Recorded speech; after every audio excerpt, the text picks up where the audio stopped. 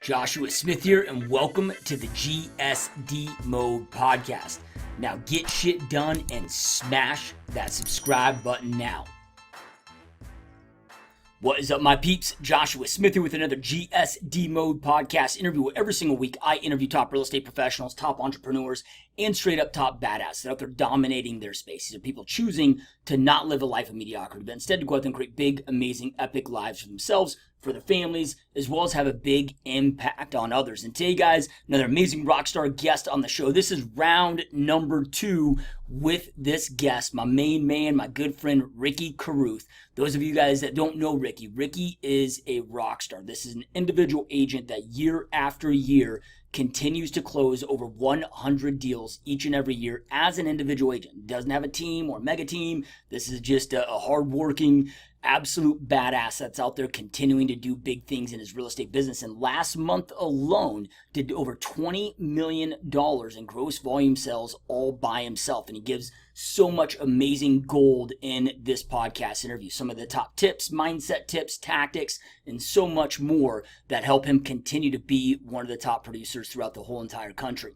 All right, so real quick, before we jump into this amazing podcast interview with Ricky Carruth, make sure, if you haven't done so already, make sure that you go out there and snag your 100% free copy of my new book, Dominate Your Real Estate Business, Top Tips from a Top Producer. So this is a book I just wrote, just released, 100% free. It's an online digital ebook that you can download and start reading right now. Nothing being sold. These are just the top tips that I've learned over my 15 plus year long career that's allowed me to become one of the top producing agents and team leaders on the planet. So make sure to go to joshuasmithfreebook.com. Again, joshuasmithfreebook.com, and download your free copy now. All right, guys, let's jump into this amazing interview with my homie, Ricky. All right, Ricky, my man, what's up, brother? Chilling, man, chilling. Good to see you, my guy. Yeah, dude, I know you and we talk quite a bit, but I was just checking before we jumped on. It's officially been 3 years since the first podcast we did with you here. And, man, you got a lot going on, dude. And since we last talked, you're moving and shaking, continuing to grow your real estate business, and just moved into a new house, just had a new baby, lots of going on, man. How's shit rolling for you? Yeah, dude. 2020, man, has been a roller coaster. Let me tell you, man. Yeah, I've been kind of all over the place, but everything that I do is just taking it just one more step closer to my ultimate goal. So you just gotta take life as it comes and just take advantage of every little second, every little opportunity. I started out this year, with one company. Now I'm with another. Had a baby in November. Because I changed companies, I bought an office building in a different town than I was in. So I said, well, hell, if I'm going to work there, I'm going to live there. So we started looking for houses and ended up moving. I mean, it's really kind of a dream home scenario. I mean, it's not our forever home by any means, but it's pretty nice. So it's going to be a good place to raise Whitley, and it's got a good school system in Gulf Shores. And now, man, listen, I've been loving Corona, to be honest with you, because it has kind of forced me into these situations where, number one, I used to hate working at the house. But now that I'm in this new house with this really nice office space, I've really, really been enjoying it because I'm kind of shut off from them. However, I'm still here. And it's really been nice. And I've been able to focus on a whole different level, to be honest with you. So I still have the office building where I have 2 assistants that work full time, and I'll pop in there and have little meetings with them here and there and make sure everything's rolling good. I have a conference room there to meet clients if I need to, which isn't very often, but when you need it, you need it. And man, yeah, you're right, man. I have a lot going on, a lot of positive things. I have very little stress. That's the biggest thing, man, is I keep it really simple. Like you kind of know my real estate business. Literally, man, I haven't made a cold call in 4 years. I don't do direct mail. I don't even do social media for my real estate business. The only thing that I do is a weekly email. And it's something I've done every Wednesday since 2007. And it's the foundation of everything I do. And through that was my path to a personal brand, in my market. And because of that, I literally spend 30 minutes a week on an email and close 100 deals a year. So I really like to keep things simple. And that works for me. So I have a really low stress and really high production, you know what I'm saying? So yeah, Love enjoying that, it. dude. We'll get deeper into that, man. But one question for you: with a lot of people are struggling with a lot of stress right now. Yeah. At least at the time of recording this, what is it? Middle of July here, 2020. So Mhm. a lot of places like my market are starting to re-shut down to the rising cases of COVID-19 Yeah.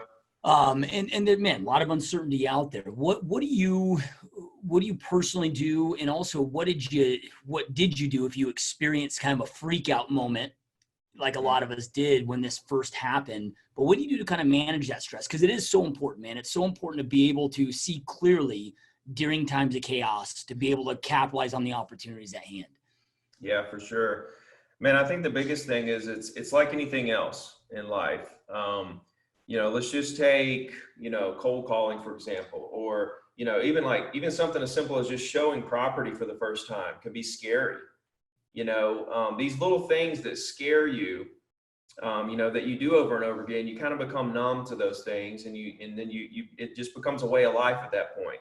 It's the same thing with these market swings, and these scary times in the economy, these scary times in the world. When you've been through a couple of these cycles, and you kind of see it coming, you realize what's happening. It's like, okay, I've seen this before, I've been in this position, nothing to worry about. It's the same thing. You kind of become numb to the fact that there's going to be market cycles. There's going to be scary things that happen that are just unforeseen. Nobody saw this coming.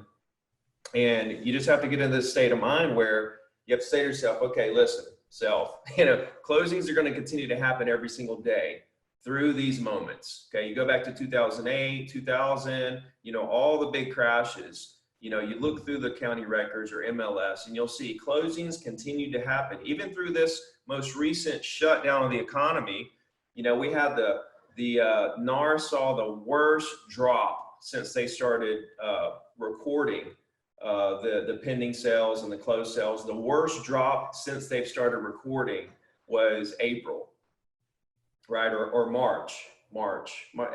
April. Okay.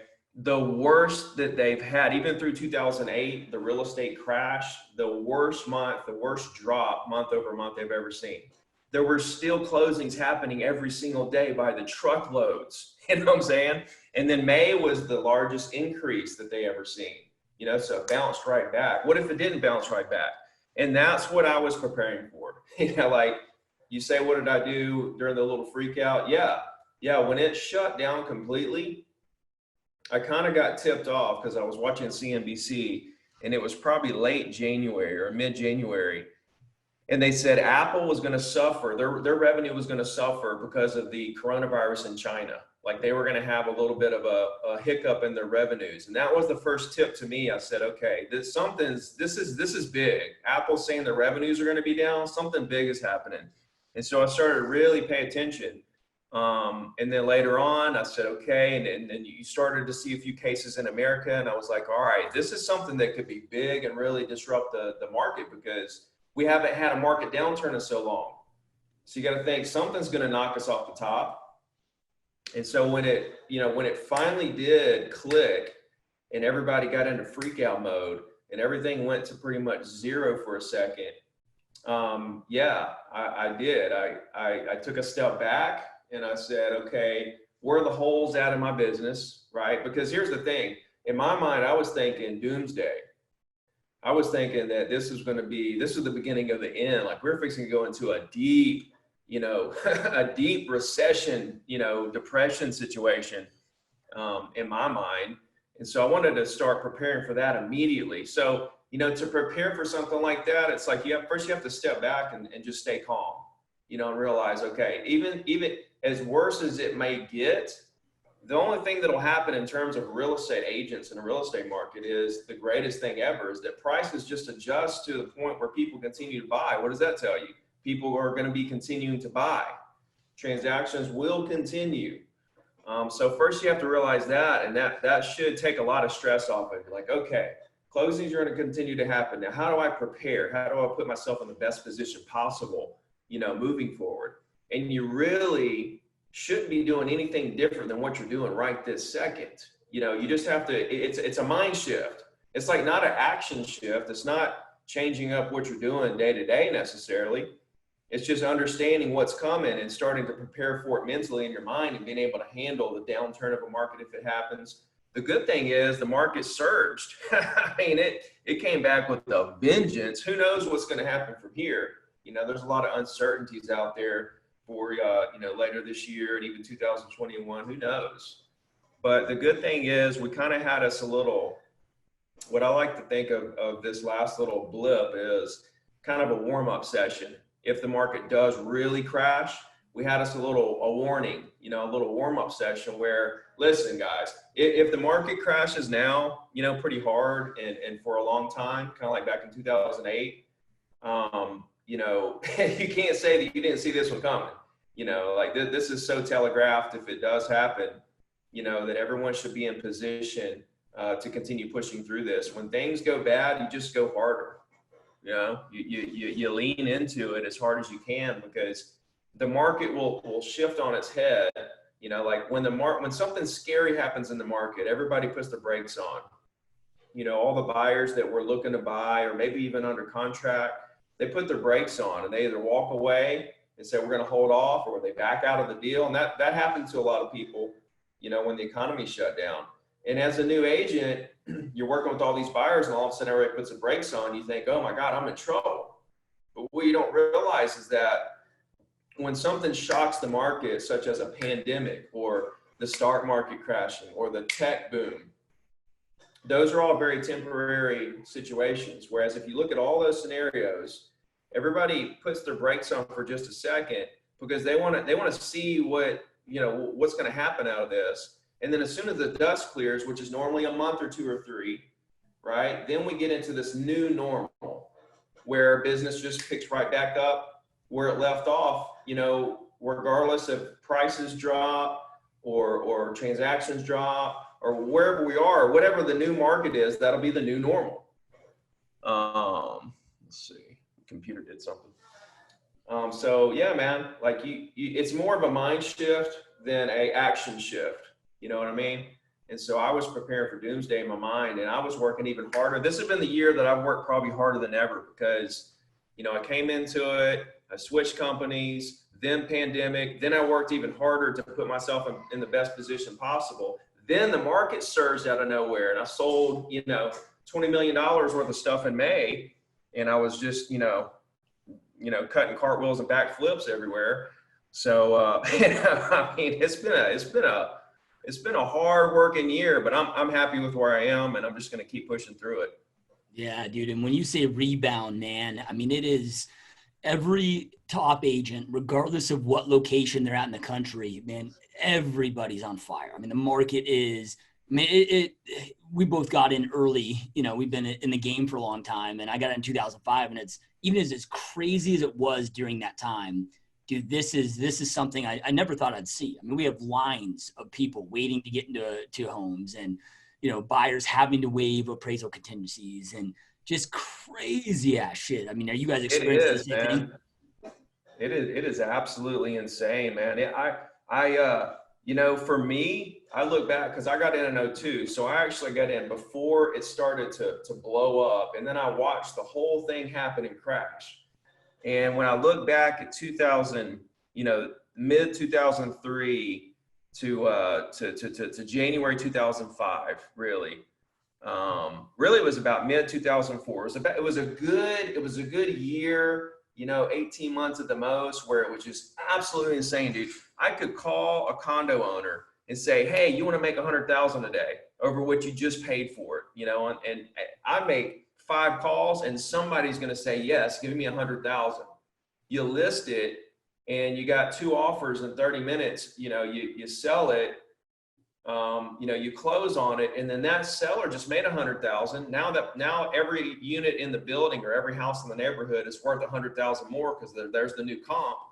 They're not buying back in. So they take their money and they're running for the hills. I didn't have to stay in touch with anybody. I would go and just make 5 more calls, do another deal, 5 more calls, do another deal. Right now, I wouldn't say in my particular market, it's not as crazy as that. It's not as crazy as that, but it's right below it. It's definitely, I tell you what I compare it to for my market. In 2012 was the year that prices finally hit bottom in 2011 here. And from the crash, they literally started going down in 2005 and slowly went down all the way to 2011. And 2012 was the first year we saw appreciation, and prices were so low. I mean, so low that once that rebound happened and everybody realized the market's coming back, they jumped in. That's what I would compare this to. Not as crazy as 04, 03, but right in line with 2012. And hey, I mean, you got to get it while it's here. I mean, this is fun. It's fun right now. Yeah. In 2012, dude, I mean, prices were so low. I mean, you're buying real estate at 50, 60 cents on the dollar. Yeah. Now we have record high prices in most areas. Do you think that the demand is really just due to interest rates being probably as low as we'll ever see it? And there's that kind of, it creates that urgency where all these buyers want to take advantage of it? I think that has a lot to do with it. What's so different right now from 2005 when it started to come down in 2006 and 7 and 8 is inventory. There was so much inventory. It was ridiculous how much properties were on the market during that time. I remember looking back, and to me, like, I was still kind of semi-new. I didn't know, I didn't understand, but looking back on it, like, I remember how many units were on the market. I remember looking through MLS and saying, and thinking about where it is now compared to then.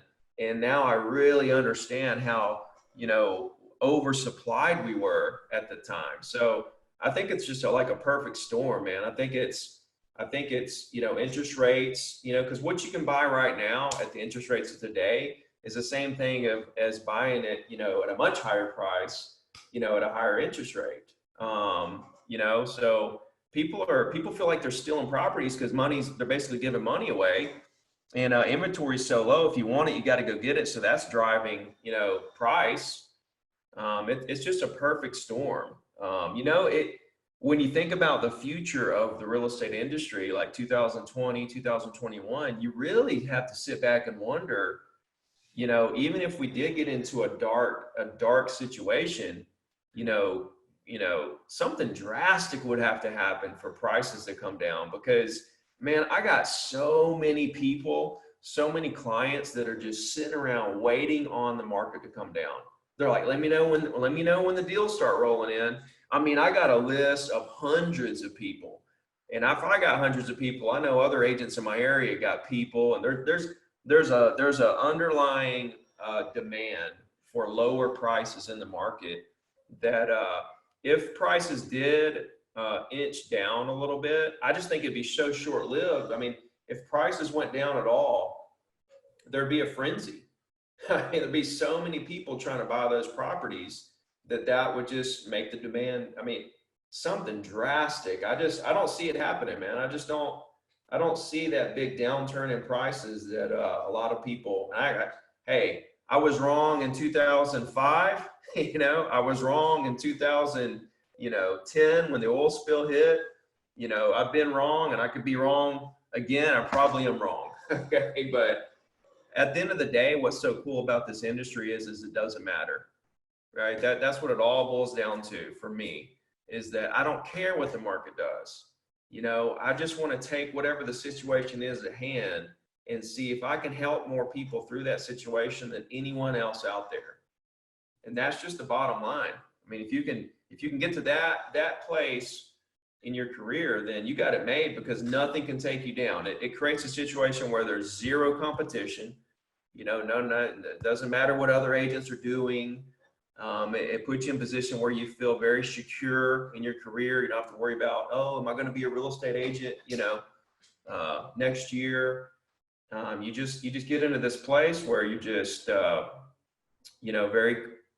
it's a bad word on this podcast, but you're very comfortable with your career and where you are. And that's kind of the secret to it all, man. You have to get into this kind of mindset, this kind of zen, that you are super satisfied and comfortable with the situation, but yet there's this other side of you that's just an animal, that's just trying like hell to get to the next level. Yep.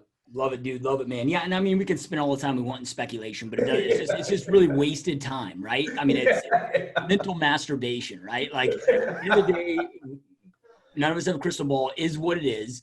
Yeah. And from everything that I'm hearing you say and from knowing you for so long, like you're really good at adapting and shifting and changing. You don't allow it to scare you, right? It just, reality is going to be what it's going to be. You just move and shift and adapt if and when it changes, and boom, you're well-rounded. So it doesn't sound like you're also comfortable. It just sounds like you're confident that you're going to go out there and thrive no matter what. Well, this is what it comes down to, man. For new agents, especially, and newer agents and agents that got in 2013, 14, 15, to haven't experienced a downturn or, something scary in the market, you just have to please hear what I'm saying here, that it doesn't matter what the market does. Please don't worry about what the market does, and don't try to figure out what you think the market's going to do. Okay. What it boils down to is this: are you a good communicator? Can you communicate to your clients who you are, that you care about them, and that you'll work harder than anyone to help them do what they need to do? That is it. If you that's the skill. If you can create this situation where you have this gift of gab, not like the gift of gab like everybody loves you, the gift of gab of helping people feel comfortable with you immediately. The tone of your voice, the sound of your voice, the speed of your voice, the relaxedness, when you're talking to them like they're an extended part of your family, that if you can get that, if you understand that that's the skill, not, editing videos, not, researching data, not, knowing exactly every little thing in a contract, I don't care about any of that. I want to know that you are working on your communication skills, voice to voice, right? Because let's face it, man, very, very few closings happen without a real voice to voice conversation. Out of the 1,000 deals that I probably closed in my career, I can remember one for sure. There have probably been two that I did completely virtual. They emailed me and said, let's sell it. I sent them the listing agreement, got it sold, negotiated it through email, never talked to the person, and did the whole deal. Okay, but that's 2 out of 1,000. Maybe that's the future. Maybe people don't talk anymore. I don't know. But I know right now that every closing comes from a conversation that was converted into a relationship through the way you communicated with them to make them feel comfortable with you, that you were going to work hard and you're going to have their best interest. If you can't accomplish that, there's not going to be any closings or listing appointments or, showings or transactions. You're not going to get anywhere else. So if you'll just realize, hey, every day I need to work and get just a little bit better at my skills of communicating with my prospects, right? And I need to realize that, hey, it doesn't matter what the market does. I'm going to outwork every single person. I'm always going to remember what Ricky says. Closings happen every single day forever, regardless of market conditions. Yeah, powerful stuff, dude. And, for those that maybe this is their first experience with you, that didn't listen to the first podcast or haven't, seen all your, million hours of free content that you're, have out there and continually put new content out there for agents. You talk about today, dude, that, you built this machine, if you will, that you're doing your email week. You're not having to do the dials like you did at some point. But man, you had to work your ass off for a lot of years to create that foundation that allows you to have this amazing business today. So somebody that's just maybe starting out or doesn't have that foundation, just so they're prepared, because I think people really need to be prepared for the sacrifices it takes. I don't think a lot of people realize when they get into this industry what it actually takes to create that massively successful foundation, or just success in the first place. Walk us through that, man. What do people need to prepare for, and how long did it take you to create this foundation that you have right now? Man, that is a loaded question all around. 15 years really is how long it took me to get everything in place the way that it really needed to be. And the thing is if I knew from the beginning what I preach about in all my content, then I could do it in 3 to 5 years. I could put myself in 3 to 5 years where it took me 15 years to create. But yeah, you're right, man. From 2002 to 2016, right? I did like a little study and I tried to do a little estimate, and I came up with the fact that I dialed 100,000 cold calls with my finger, right? With my finger. Okay. About the year that came along where the dialers came out and everything was, automatic dialers. By that time, I was already done making cold calls. So I literally went through my whole career dialing my finger. And by the time I get through making 100,000 calls with my finger, then dialers come out. And then you got agents out there right now that aren't taking advantage of this. They don't want to make calls, and they whatever the case may be, but they're not taking advantage of the fact that, I had to do this with no dialer. I busted my ass, dude, for 8 hours straight and really, really pushed it hard to dial 100 numbers in 8 hours. Dude, I did that several different days. Like, I know how long it takes to dial 100 numbers with your finger because I did it. And nobody can tell me that they dial 100 numbers in 4 hours. Never. I will never believe that because I've done it. And, to be able to wake up in the morning, plus, bro, I had to search the phone numbers through Spokio, Bigfoot.com, and White Pages by copying and pasting the damn address and their name to come up with a phone number that was not even near as good as the data today. Today, you can just wake up in the morning, click a button and find thousands of numbers to call. That's great data. People complain about that too. There's wrong numbers, Ricky, and there's disconnected numbers.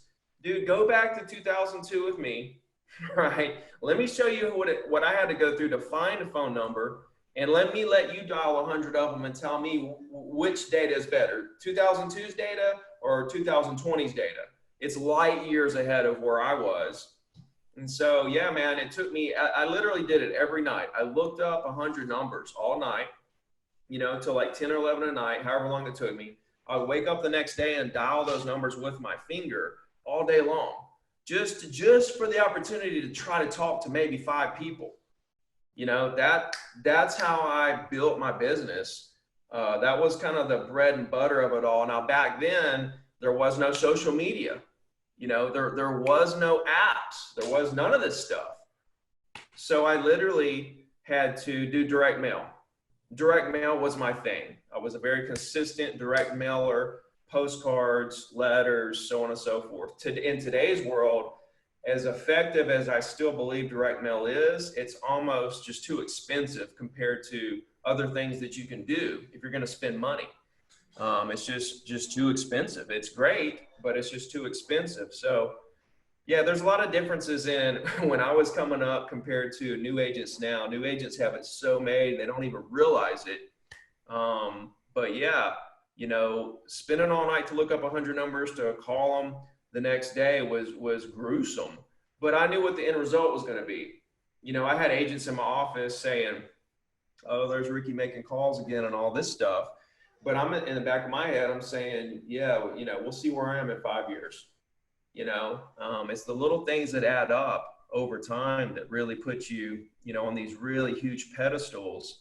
Look at anyone that's created any level of success. They started out, the people that started with nothing, look at what they did day to day. It was nothing special. They just were consistent with it, never gave up, and they did it over a course of a couple decades. So yeah, you gotta put all the pieces of the puzzle in place. The problem with new agents is, especially today, is everybody's trying to pull them in so many different directions, and they don't know what they don't know. So they don't know which activities are efficient and effective and productive over other activities. So they end up spreading themselves out way too thin, and they never really see any huge levels of success because they're spread out too thin. If they would recognize, and I'm glad to help anyone, right? I answer all my DMs, and emails and everything else. If someone would really help them and show them what the top 3 things are, that's the most productive, efficient activities, and they would just focus on those things, even though these other 8 activities do work and they are great and all that good stuff, but you got to sacrifice what you might have got from those to really focus and go all in on just these 2 or 3 things, then you can really see some huge success. So that would be my biggest message to newer agents is, don't spread yourself out too thin. Yeah, everything works. Everything works. There's not a method in real estate that I found that doesn't work. You got to figure out what works best for you, of course. That's the cliche thing. But I think the bigger piece of this is to really focus on those 2 or 3 things that you feel like are the highest productive activities and run with it. You know what I mean?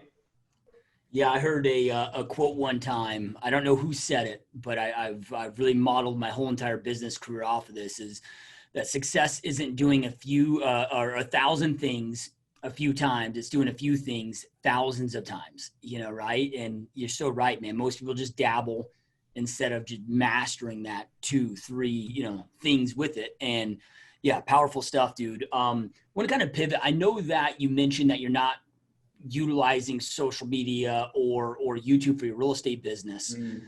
But man, I've watched you also at the same time explode your audience. And this is more for your free content that you're putting out there for real estate agents. But dude, man, I mean, both of them, it was like, I don't know, maybe it was a year gap from checking your YouTube channel, checking your Instagram. Like I check it a year later. I'm like, dude, like just and it continues to explode.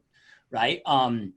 Kind of walk us through. I mean, what are some, and I know that you're using them in a different way to create that audience than maybe a real estate agent would, but I got to imagine the fundamentals that have allowed you to build those audiences are the same, for any entrepreneur out there. What are some of the key things, man, that's allowed you just to explode your YouTube channel and explode Instagram? The biggest thing, man, I swear, the biggest thing of it all, like if you're not doing this, then there's no need to even talk about it anymore. But if you're not posting original, consistent content, right, then conversation over. If you're not posting original, consistent content, I mean, that's just the bottom line. If you're not doing that, nothing's going to work at all. And some people say, well, what do you post? Where do you find the info? What do you do? If you're not posting, then you don't know what to post. It's a chicken and egg thing.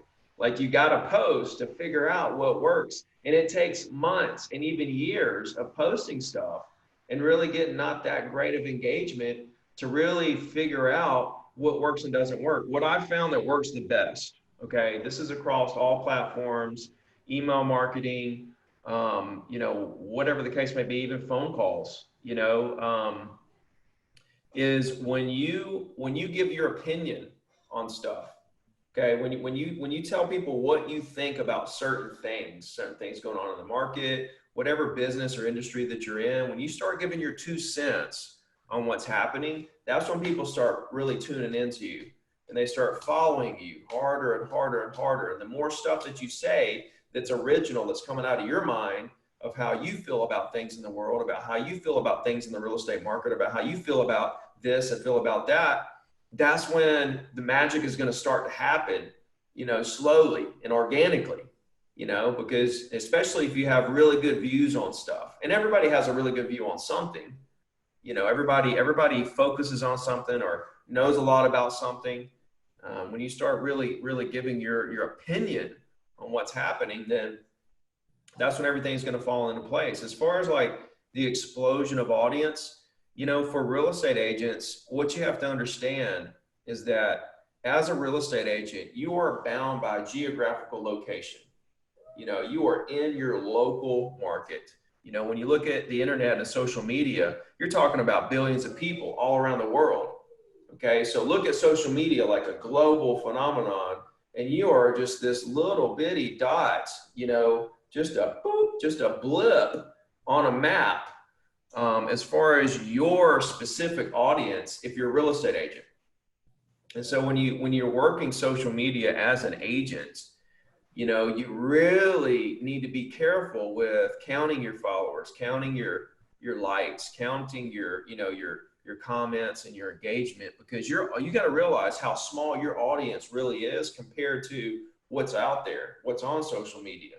And if you can get past, you know, oh, I need more followers, you know, and start to focus on how do I reach people in my market on these platforms and bring them value.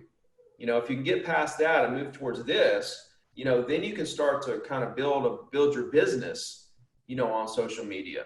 You know, when I started doing social media, you know, 2017, January 2017 was the first Instagram post. I didn't even have an account before then.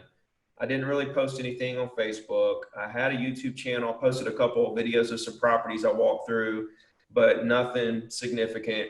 2017 was the first year I started using social media. And the only reason I did was not for my real estate business. My real estate business was built. You know, I was doing 100 deals, $1 million a year at that point, just off my weekly email, my phone calls, my relationships, my contacts, everything that I built over the years. With social media, that for me, it was a global play. I wanted to build a global brand, you know, around Ricky, around what I was doing. And that's when I realized, you know, okay, I do need to, because I ignored social media for so long, which was a huge mistake. One of probably the biggest mistake I've made so far in business was ignoring it. And the reason I ignored it is because I was so focused on my real estate business and just trying to get it to the next level. You know, it's kind of like what I was saying. You got to focus on the top 3 or 4 things that are really working in your business. Yeah, I knew social media, there was something there, but I was so focused on these 2 or 3 things, and that proved to be true. You know, yeah, I could have got, you know, some business off social media, but I might have lost business over here on the things I was really focusing on. So I'm just a super focused person. And when I found what worked for me, I just went all in and I just kind of ignored everything else. You know, but once I decided, okay, I want to change the world. I want to build a global brand. I really want to help people. Then I realized, okay, I have to do social media. And that's when I just started on the journey, man. And if you go back and look at my earlier videos and my earlier posts and all that, they're horrible. You know what I mean? They're horrible. You know, but you have to start posting. You got to start somewhere, and you got to post consistently. And along the way, you just learn little tricks. You figure out what works. You watch other people that you admire, and you see what they're doing. You know, and you learn a little here and you learn a little there, and you're just always trying to get a little better. You know, I'm so far away from where I want to be, not in terms of followers and views and likes, but in terms of just my content in general, just the quality of it, just the message. You know, I haven't reached nowhere near my peak of communicating, you know how exactly I want to communicate, you know, on my videos and on my different channels, you know, always trying to get better. I got a long way to go. So yeah, it all comes down to posting consistently, being original, giving your opinions on stuff, you know, and like I say, keep it in perspective of what you're trying to do. If you have a global business, great, let's try to get a lot of followers. But if it's a local business, like a real estate business or a hair salon or, you know, a restaurant, you know, let's more focus on not followers, but how can we reach people in our market and bring them value? Yeah, I think that's important, man. I've got a buddy of mine that does about 60 million a year through his YouTube channel in the real estate space. And, you know, you see a lot of his videos, and I mean, some of them hit out of the park and have thousands and thousands of views, but the vast majority have a couple hundred here. I mean, they're not, you know, these, you know, massive likes and views like we see on Grant Cardone's channel or whatever, but it's so hyper local. That's all they need. You know, that's all he needs. It's a smaller niche that he's going after, but everybody knows him. Right. That's what I'm saying. If you look at the YouTubers, there's some real estate YouTubers out there that do really well. You know, I've seen them. They're in different markets, and, you know, they do good. They get leads from it, and, you know, more power to them. But if you notice, they don't have a ton of views. They don't have a ton of subscribers. You know, they're just, they have maximized their SEO on their videos, you know, for when people search, you know, for property in their market or whatever, you know, their video pops up. And, you know, people relate to it in some kind of way. So, you know, they found a little niche there. Yeah. How important is that to YouTube, man? With, you know, it's something to, and this might sound terrible, but, you know, and with the GSD Mode podcast, I mean, we are Probably about 6 to 1 as far as audio downloads versus people that watch YouTube. So I've always, tossed stuff up on YouTube just to have it there because some people prefer that. But, we exponentially more listens on iTunes, Stitcher, Google Play, and so forth. So over the years, man, it's always been, okay, I'm just going to type it, pop in a title, pop it, no tags, no, whatever. And now we're getting more intentional. Learning the power of the keywords and tags and how, if somebody does want to grow their YouTube channel and utilize that as a way to grow the real estate business, how important is that, man? Because the content's critical, right? But then, man, it seems like there's this huge science to it as well. There is, man. There is. I'll just give you a couple of quick tips that'll really help a lot of agents if you are looking to do kind of a YouTube growth SEO for local markets. Like, let's say you're in, let's just throw a city out there, for example, let's just say Miami. If you're looking for Miami, okay, if you're a buyer looking at Miami, you're going to look for, Miami real estate for sale, houses for sale in Miami, condos for sale in Miami, beachfront condos for sale in Miami. There's all these little keywords that are out there. So what you want to do is you want to think of all those keywords. And, you could go down that list and make a video for each of those keywords if you wanted to. Let's just say you do that. Let's say that I'm going to do one video a week, and the title is going to be that keyword. I'm going to come up with, the best, the 5 or 10 best keywords I could think of, people that would search for property in Miami. And this is the keyword. That's going to be the title of that video, title of the video the next week, and so on. And so what you want to do is you make the video, okay? When you render the video, when you edit and render the video, or whoever edits your video, before you upload it to YouTube, you want the name of that video in your on your drive in your computer. You want it named that keyword. Like, this is how deep YouTube goes with keywords and SEO. You want the name of the video to be the keyword. Okay, your thumbnail that you put on your computer, you want it to be named the keyword, house for sale in Miami. You want to name it that on your computer. When you upload it to YouTube, YouTube knows that the thumbnail is, houses for sale in Miami. The title is houses for sale in Miami. Okay, in the description, you want to have houses for sale in Miami a couple of times in your description. Okay, and then the tags, the meta tags, you're going to use all those keywords that you came up with, the 10 keywords, all the different ways people could look up property in Miami, and put all those in the meta tags, because you can have 500 characters in the meta tags under your video that people don't see when they're watching it, but on the back end, that's the tags that could potentially help people find you, as far as, you telling YouTube, what kind of audience you want. And so, that's a pretty good strategy right there. If you just made a video, you came up with the best 5 or 10 keywords, made a video a week, named it the exact keyword, named the video, the keyword on your file and computer, named the thumbnail, put it a couple times in the description, and put all 10 keywords in the meta tags, and do a video every 2 weeks, for, 5 months. You got 10 videos. That's a nice library. Okay. And when people start searching for houses in Miami, your videos are going to pop up, Yep. Awesome stuff, dude. All right, man, I want to change direction a little bit and talk to you about your recent move, man.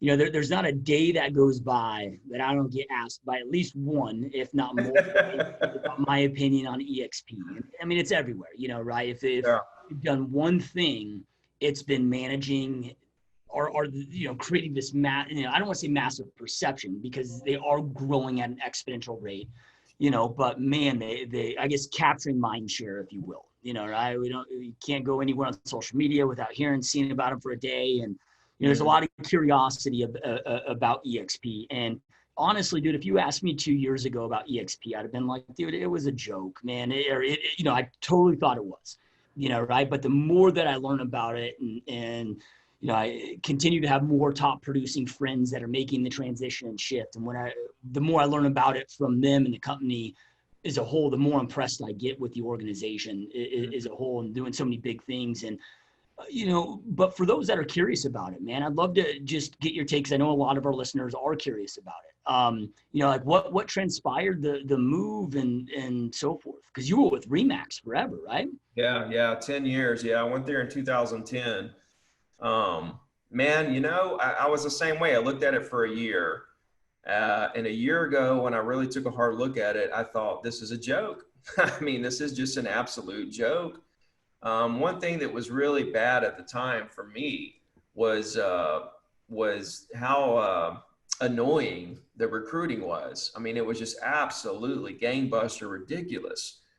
And, that was just such a turnoff, and then you look at the company and you think, they're just 12,000 agents at the time or whatever they were. And you just think, these guys just, they're just trying too hard. It's not impressive. Oh, we're going to give you stock and we're going to do this and we're going to do that. It's like, I don't want stock in that company. It ain't going nowhere. You know what I'm saying? So a year later, which was back in April this year, February, I had a little thing with Remax. I can't lie. It was not a great experience. I realized a lot of things and I said, okay, I'm not going to be here anymore. So without going into any detail there, I started to look at EXP again, and I happened to meet the founder about a month before that. And when I sat down with him, he gave me undivided attention, knowing I'm not an EXP guy, never tried to recruit me. And we sat down for a good 20 minutes. I mean, undivided attention. He was throwing me stuff on his phone. We were talking. I literally felt like, I really got the feeling like I was talking to a founder of Uber or, a Jeff Bezos kind of person. I mean, this guy is the real deal. I mean, he is an innovator. I mean, you got to be, in 2010, you say to yourself, I'm going to go do a cloud-based brokerage and make a ton of money.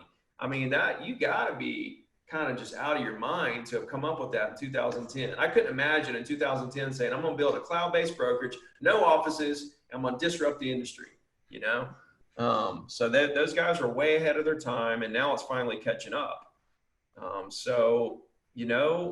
For me, I'm saving so much money on my commissions, ridiculous amount of money, 70 grand a year. I can do the maintenance on 2 of these houses I just bought. I can pay the mortgage and all the utilities on 2 of these houses for what I'm saving in commissions. And I own part of the company. And let me tell you, bro, buying EXP stock right now is like buying Facebook early days, because they just turned a profit last quarter of last year. Uber's not profitable. Zillow's not profitable. These guys are profitable. They have cash reserves, low debt, and they're growing like crazy. They sold $11 billion worth of real estate in the first quarter this year. They're expected to go to 400,000 agents. Okay. Their volume and revenue grows. It's very correlated to the number of agents they have. There's a graph. And so I just see nothing but super incredibly positive things. They're for real. And I've been here, it's been 4 months. And I gotta say, man, to me, it's one of the greatest opportunities I have ever seen, especially to get in early. And I'm having fun with it, man, because I'm taking agents that have been following me for years. They're coming to me. I haven't tried to recruit a single agent. I recruited more agents in the first 30 days than anyone in the history of the company. I've brought over entire offices. We just made an entire Remax office in LA official, 120 agents. The broker came under me and all the agents went under him. We did one in Connecticut. We're working on one in South Florida, one in Michigan, bringing over entire offices, and it's like a no-brainer for these guys. The immediate opportunity for expansion, nationwide and even globally, the immediateness of it and the low cost of it, it's just such a ridiculous opportunity. They just really have it down. So like I said from the beginning, man, a lot of stuff happening and that being one of them. And I'm just having fun with it. I mean, I'm just enjoying, getting to know these agents more on a personal level, because I'm coaching them all one-on-one.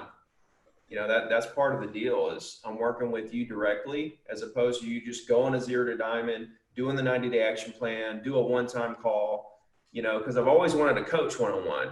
but I never wanted to charge the agents. Yeah. And so this is a perfect platform for me where I kind of have my cake and eat it too, you know? So yeah, I mean, I couldn't find a reason not to go.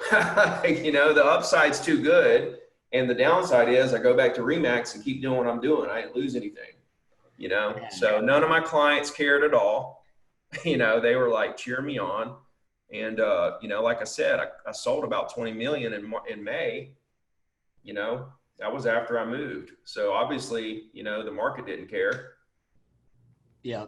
Yeah. No, dude. And it's, you know, when the revenue share thing comes up, you know, I can say, you know, I mean, and I'm not with EXP, right? So this isn't, but I mean, it's legit, man. I mean, I have a buddy of mine that I just saw his monthly statement, 100, just over 160 grand in 1 month in revenue share. And, you know, it's insane, dude. And, you know, another team leader, good buddy of mine, team leader, I won't mention his name, just out of respect to him, but, you know, he was, you know, he mentioned something that was pretty interesting. He was like, look, over the years, man, I've been trying to get my agents to invest in real estate, because at the end of the day, dude, there is no retirement plan that we have in this business. And he was just like, look, you know, a few of them would do it here and there, but most wouldn't, you know, and he saw it as really the best and first vehicle out there to be able to get his agents to take an opportunity to create that long-term retirement plan, you know, through revenue share, through stock share and so forth. Because the reality is, if you have an agent on your team that's, you know, netting 100 grand a year after split, something that's not bad money, but it's not necessarily enough to go out there and start investing at a big level in real estate to be able to fund your retirement. Yeah. That's just paying the bills. Yeah. Yeah. Especially today, man. You know, it's like all these people, you know, it's so funny. Every time I recruit a new agent, how much you want to make? 100 grand. You used to hear that, you know, and I used to say it too, dude, until I made 100 grand. And then I was like, man, I'm still broke. I mean, it was about 360 grand, I think, about 30 grand a month on a gross level before I felt like I had any type of just enough money to be able to have an okay house, you know, right, to take some vacations, to set up for retirement, to set up college savings plans. And I mean, it's gnarly with inflation. 390 grand today is the equivalent to like 100 grand in 1990, you know, right, with inflation, man. It's just gnarly, dude. I know we're going long on time, dude, but, you know, but for those that are here watching and listening that maybe don't know about your content and some of the free coaching that you do, because it's not just a podcast that you have. It's not just free video. I mean, you've got a ton of that out there, but you've taken a step further and you have, you know, some free challenges and some additional, you know, free resources and tools that are, I mean, I'm in your group, man. So I see the successes posted daily in the group by people that are following your free content. It's all free. Man. You just like kind of give us a quick snapshot on what it is, where to find it, all that stuff. Yeah, for sure. So, you know, the website zero-to-diamond.com, because that's what we do, man. We take people from zero to diamond, and diamond was the Remax word for making $1 million in a year. You know, so that's where I came up with that. But man, there's a 90-day action plan. You go there, download it, and get to work. It breaks it down very simple. Within the 90 days, you'll do a course. As soon as you're done with the course, you start the 28-day challenge. Now, you're going to like this, man. You text a number, right? You get it all set up, and you literally every day for 28 days, you get a video texted to you at 7 o'clock in the morning, regardless of your time zone, of your challenge that day, a 5 or 10 minute video with your challenge for that day for 28 days.